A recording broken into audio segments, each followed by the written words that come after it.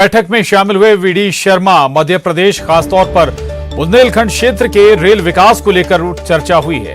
Lalitpur Singrauli rail line का काम तेजी से शुरू होगा। भूमि अधिग्रहण मुद्दे पर जल्द समाधान निकाला जाएगा और दिल्ली से खजुराहो वंदे भारत एक्सप्रेस जल्द शुरू होगी।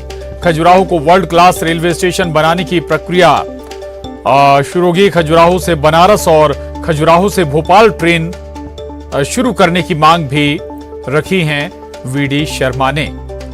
तो ये बड़ी खबर है। आपको बता दें कि रेलवे की बैठक में शामिल हुए हैं सांसद वीडी शर्मा। और जानकारी के साथ न्यूज 18 संवाददाता शैलेंद्र भदौरिया हमारे साथ जुड़े हैं। शैलेंद्र, जाहिर है कि वीडी शर्मा खजुराहो से सांसद हैं तो फोकस भी उनका बुंदेलखंड पर होगा ही। और अब बुंदेलखंड या खासतौर से खजुराहो भी अंतर्राष्ट्रीय स्तर पर पहले से पहचाना जाता है, लेकिन मार्गों में कमी के चलते पर्यटक उस संख्या में नहीं पहुंच पाते हैं। क्या कुछ और बातें वीडी शर्मा ने रखी है बैठक में? देखिए प्रशांत, न केवल स्थानीय सांसद होने के नाते वीडी शर्मा बल्कि मध्य प्रदेश की सरकार का भी अब फोकस जो है वो बुंदेलखंड के विकास को लेकर हो, चाहे सड़कों को लेकर बात हो, पेयजल को लेकर बात हो, या फिर अन्य जो परियोजना है उनको बेहतर ढंग से कैसे बुंदेलखंड में उतारा जाए, ताकि जो पलायन का एक बात हमेशा बुंदेलखंड के लिए कही जाती है कि वहाँ के लोग रोजगार की तलाश में पलायन करते हैं, तो वो पलायन ना हो और विकास उन इलाकों का हो।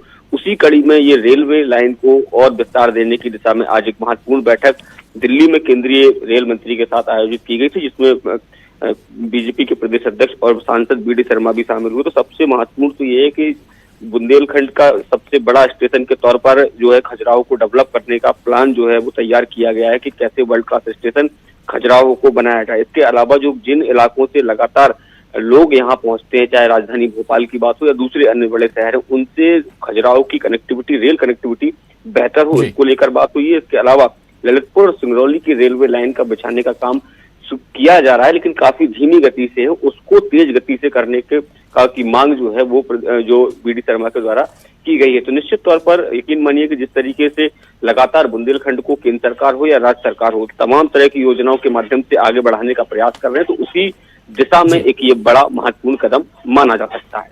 जी बिल्कुल बिल्कुल। और इससे न केवल बुंदेलखंड बल्कि और आसपास की जो क्षेत्र हैं मध्य प्रदेश के और उत्तर प्रदेश से लगे हुए, उनका भी रेल के स्तर पर और विकास होगा। बहुत शुक्रिया शैलेंद्र आपका इस पूरी जानकारी के लिए, बातचीत के लिए। तो खासतौर से खजुराहो को भी, जैसा कि शैलेंद्र जिक्र कर रहे थे, अंतर्राष्ट्रीय स्तर का जो स्टेशन है वो डेवलप